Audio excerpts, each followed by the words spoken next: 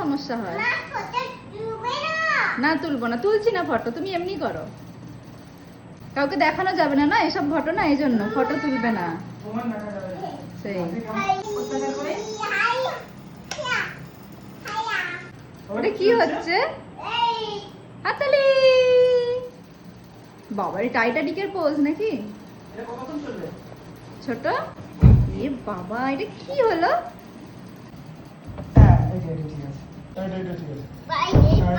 হ্যাঁ, পায়ে ঠিক আছে এবার।